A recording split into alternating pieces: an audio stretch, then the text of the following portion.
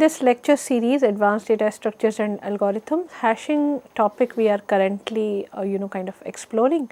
And in our previous lecture we have seen, we have started with collation, we understood what actually the collation thing is, and what are the two factors which can control the extent of collation. So, these two factors are namely the hash function and the table size, and how they are going to contribute to control the extent of collation is more sophisticated or complex the hash function is, less is the number of collations. If we talk about table size, so table size says that larger the table size, less is the number of collation. Now we need to remember one thing, that these two factors which are hash function and table size may minimize the number of collations, but they cannot completely eliminate them. That means one thing is very certain, that the problem of collation is going to be there. So, the problem of collation has to be dealt with. If it is there, that means it has to be dealt with. Now, in order to deal with this problem of collation, that means we need to generate, or we need to look for a solution of this collation, or we need to look for the ways to deal with collation. What are the ways to deal with this collation? Basically two ways. One is known as chaining, another one is known as open addressing. So, these are the two common ways to deal with the collation: chaining and open addressing. Now, when we say that chaining and open addressing, we will be looking into open addressing and its types first. So, when there is a situation in which key is colliding with another key, the collision is going to be resolved by finding an available entry other than the position to which the colliding key is originally hashed. This is what we call as open addressing. Now, let me give you an example here. So, for example, let us say a key is to be hashed onto the slot number 2. Now, let us say another key which comes up for this slot number 2 is there, and now there is a collision because that slot is already filled, and now we need to look for next available slot, or within the table we need to look for a slot, and that is obviously not going to be the slot number 2 because that is already fixed, that is already filled. We will be looking for some other slot, or other than the position to which the colliding key is originally hashed. That means not 2 but anything else. Now, if a position h of k, which is nothing but the hash value which is calculated by applying a hash function on the key, is occupied, then we look for the available spaces in a particular sequence, and that sequence is known as probing sequence. So, if a position hk is occupied, then we need to look for some other positions, and these positions are probing, these positions are known as probing sequence, and these probing sequences are tried until either an available cell is found, or same positions are tried repeatedly, all the table is full. So, there are three situations till we keep on trying. One is you find an empty entry which is the available cell, any available cell, or the same positions are tried repeatedly, then also you need to stop your search or something of that sort, or even if your table is full, then also you cannot move. Till this point you need to keep on look for some available cells or available slots, we can say. Now, a function p is known as a probing function or probing sequence. I is actually the probe, and we also have one more term which is known as norm. Norm is nothing but a normalization function, which is most likely is something which we have started, which we are using continuously. since starting of these hash function, that is division modulo the size of the table. So, what is going to be the kind of probe sequence, or what is the probing sequence? So, probing sequence, one of the example of a general probing sequence is h of k plus p of 1, then norm of h of k plus p of 1, norm of h of k plus p of 2 till norm of h of k plus p of I. So, h of k is filled, we are going to add this p of 1 or p of 2 till p of I to that norm of h of k, and then we will be taking the norm. So, for example, in our previous lectures we have seen a table in which there was kind of 22 was there, and then 42 is also because of the hash function being calculated as mod 10, 22 is going to give you the slot number 2. Similarly, 42 is also going to give you the slot number 2. Now, let us say we says h of k, which is 2 plus p of 1, and we are assuming that p of 1 is 1. So, then h of k is 2, then p of 1 is 1, so 3. So, now we will be looking into the next, which is slot, which is nothing but the 3, whether that slot number 3 is available or not.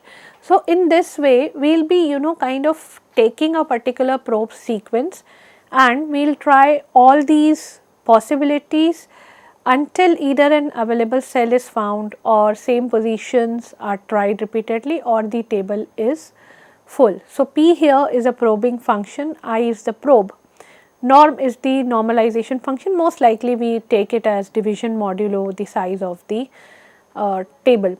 Now, with this general format of your probing sequence, which is h of k plus p of 1, then h of k plus p of 2, then till h of k plus p of I, and so on and so forth. Within this open addressing, the simplest method which we talk about is linear probing, in which this p of I is equals to I. So, for the ith probe, the position which we are going to try is hk plus I, because p of I is I, and if we take that norm, that means we are taking that modulo t size. What does this mean? So, when we say that in simplest the linear probing thing, p of I is equals to i's, and for the ith probe we are going to try h of k plus I mod t size. What does that means mathematically? In the simple language, we can say that the linear probing, the position in which the key can be stored, is found by sequentially searching all the positions starting from the position calculated by the hash function. So, for example, the hash function has calculated, let us say, position number 5, and that position number 5 is already filled and the situation is of a collision. So, we will be looking into position number 6. If empty, we will be placing our key there. If not, then we will be looking into position number 7, then we will be looking into position number 8 until an empty cell is found. So, this simply this is a very simple method which is known as linear probing, in which the position in which a key can be stored is found by just a simple sequential search of all the positions starting from the position calculated by the hash function until an empty cell is found.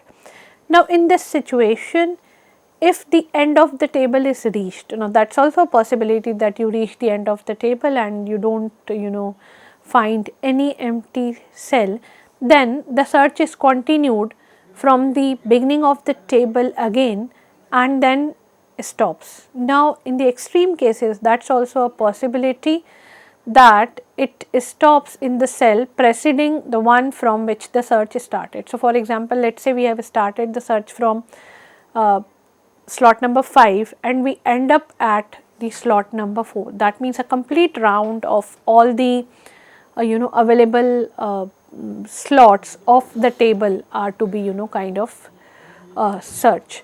Now let us see what is happening here, and how can we understand this linear probing with the help of a figure. So here we have a hash table of size 10, which are where the slots are numbered from 0 to 9, and we have 3 keys to insert, which are A5, A2 and A3. Now A2, I am just assuming that this will go to the slot 2, A3 will go to the slot 3 and A5 will go to the slot 5. So A5, a normal insertion, no collision is there because initially the whole table is empty. Then there comes A2 inserted in slot 2, then there comes A3, again that is inserted in slot 3. Now after that there comes B5, then there are 2 more keys including your B2 and A9. So when B5 comes up, so B5 comes up, the slot which is given is 5.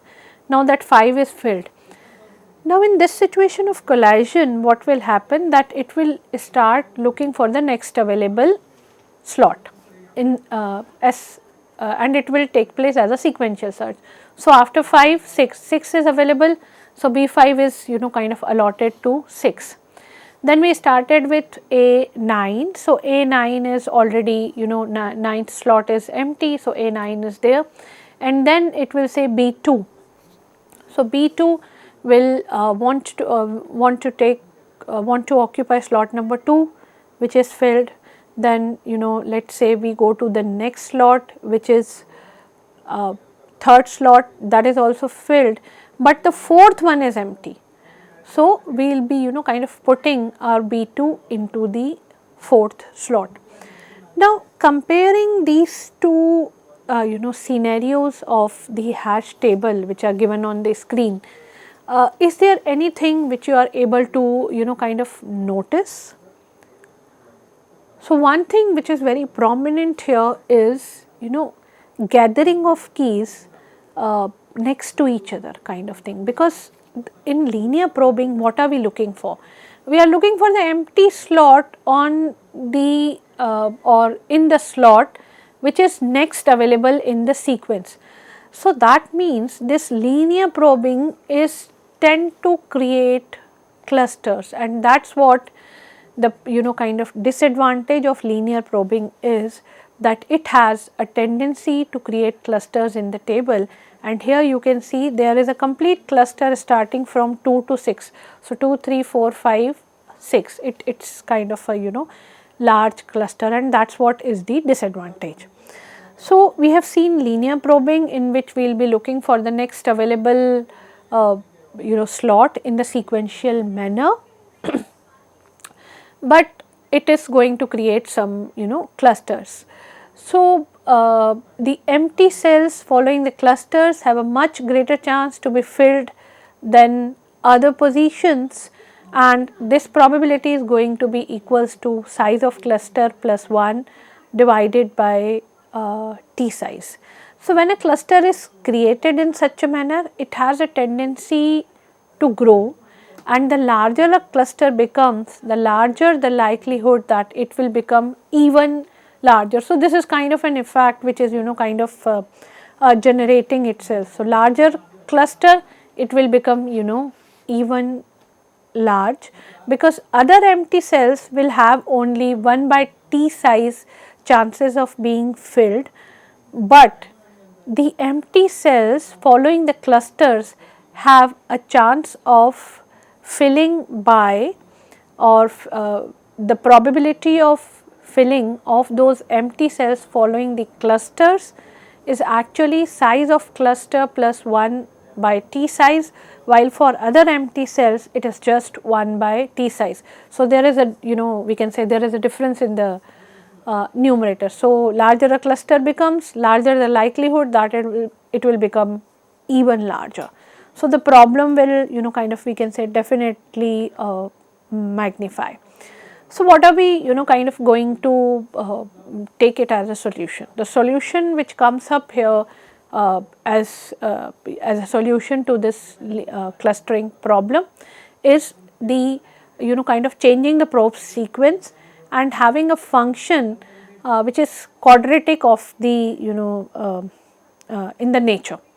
So, we can have that P of I is equals to h of k plus minus 1 to the power I minus 1, and this negative number minus 1 or it could be plus 1 will be multiplied to I plus 1 by 2 the whole square, and I where I takes a value from 1 to t size minus 1.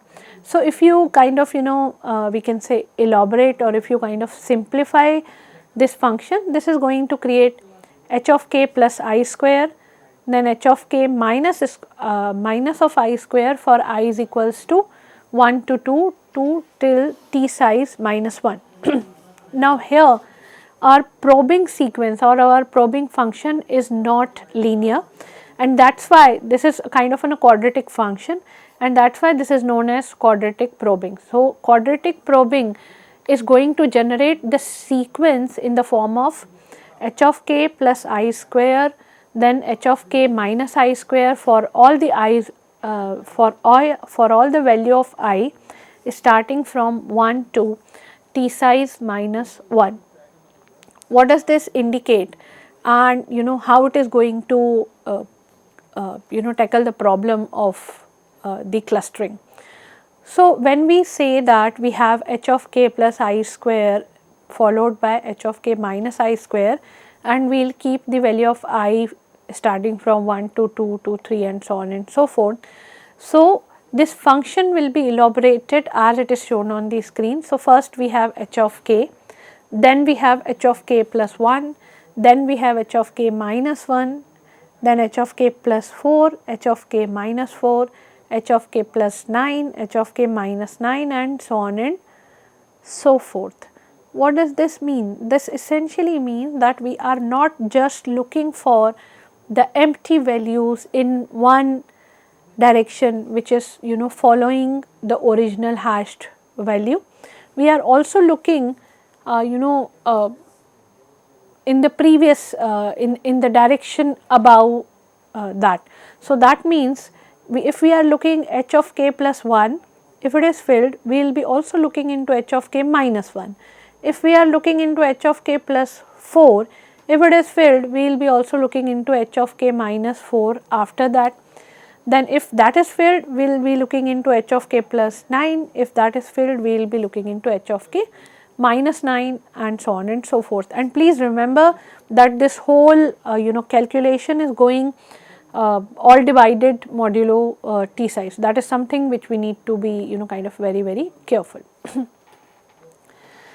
But here when we say that these all are divided modulo t size, we need to be very cautious about what should be, or what kind of t size we should have. So, size of the table should not be the even number, because if it is there, then only the even positions or only the odd positions are tried depending upon the value of hk. So, this should be, ideally this should be a prime number.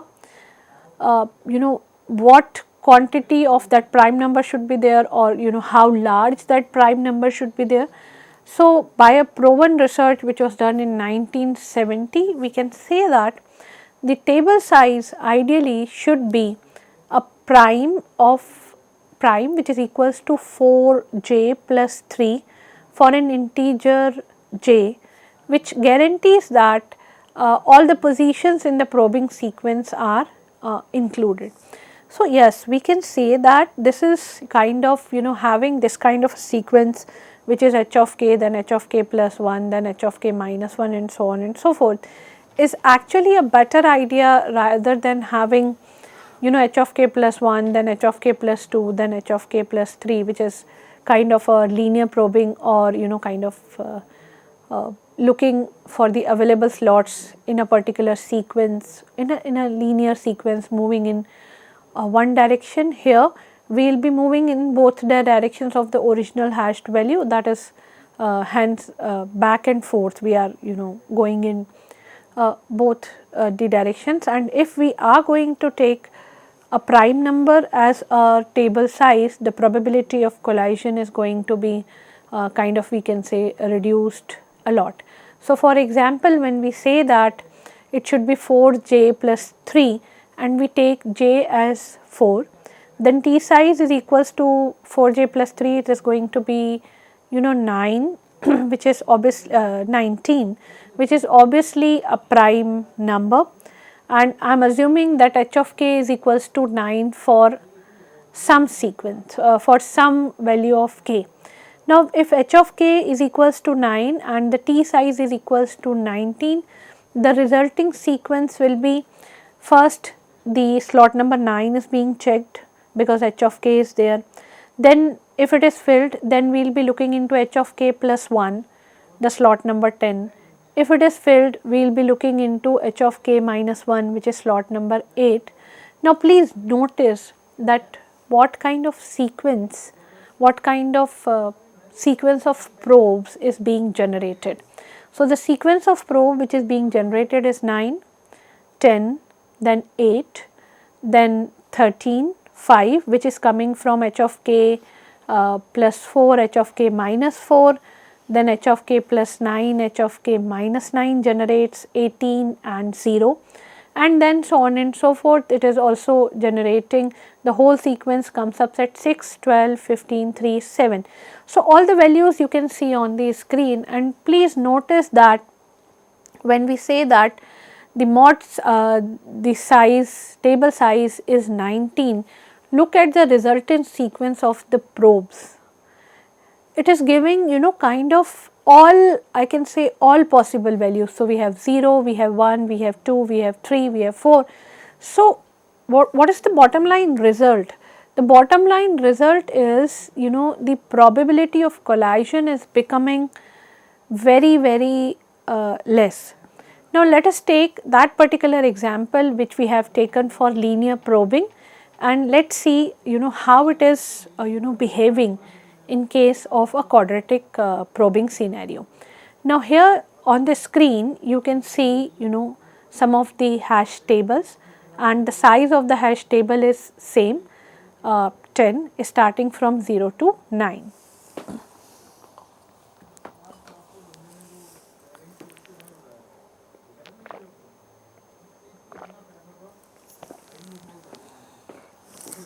So, initially the keys, which are A5, A2 and A3, they come up and they take their respective places. Then there is B5, A9 and B2. Now, B5, A9, B5 is going to give you kind of we can say a collision. So, it is going to take the slot number 6. Then the next value, which is A2, A9 is being taken, 9th slot is empty, then B2 is being taken. So, B2 now, in the earlier scenario, please recall that B2 was placed somewhere else. Here B2 is being placed somewhere else. Then we have two more keys which are written on the screen. One is from the B, another one is from C. Now, look at the distribution in the final table. The slot number 0 is filled, slot number 1, slot number 2, slot number 3, then 5 and 6 are filled, and then 8 and 9 are filled. So, what is the difference between this we can say distribution and the distribution which we have seen in the case of linear probing? There was a kind of a cluster which was starting from 2 to 6. So, 2, 3, 4, 5, 6. Here no large cluster is being formed. We have the values which are kind of distributed somewhat evenly in case of secondary, in case of quadratic probing. So, the advantage of the quadratic probing is, if we choose the table size very, very carefully, the resulting sequence of the probes is going to be kind of the resulting sequence of probe will distribute the keys somewhat evenly, and the formula determining the sequence of the probe chosen for quadratic probing is not h of k plus I square, because the first half of the sequence, this one, h of k plus 1, h of k plus 4, h of k plus 9 will covers only half of the table, and the second half of the sequence will repeat the first half in the reverse order. So, if we are going to take h of k plus I square, which we have not taken, we have taken h of k plus I square, then h of k minus I square, and so on and so forth. I am telling you here that what is the disadvantage of if we are not going to take the h of k plus and h of k minus, both the scenarios. If we are going to take h of k plus I square, it is going to cover only half of the table. Second half of the sequence is going to repeat the first half in the reverse order. So, for example, with the similar values, t size equals to 9 by the virtue of 4j plus 3, where j is equals to 4, and h of k is equals to 9. If we have taken h of k plus I square, the sequence of the probe, please look into this sequence very carefully, which says 9, 10, 13, 18, 6, 15, 7, 1, 16, 14, and now it it reverses the sequence 14, then 16, then 1, 7, 5, again it will result in collision. So, you need to kind of you need to be very careful when you are choosing quadratic probing also. So, quadratic probing although gives much better results than the linear probing, because the cluster buildup is altogether avoided, keys hashed to the same location are given to the different values by the method of this probe sequence. But again if you can see this table, this is actually creating clusters also, but this is not the primary cluster. If you can see the C portion of the table, clusters are there, but these clusters are known as kind of secondary clustering. So, when we talk about open addressing as the method of collision resolution, two things which we have seen is linear probing and quadratic probing. So, linear probing is going to give you clusters, and if you need to get rid of those primary clusters, we will be using quadratic probing, and a careful prime number which is equals to the table size is going to be chosen. But again quadratic probing will result in secondary clustering. Lot more is lot more is to be covered in this open addressing thing, and then we will be also looking into the chaining method of collision resolution. But this is all from my side for this particular lecture. Here is a list of references which is being used for the preparation. I hope you have enjoyed one. I will see you in the next. Till then, take care. Goodbye.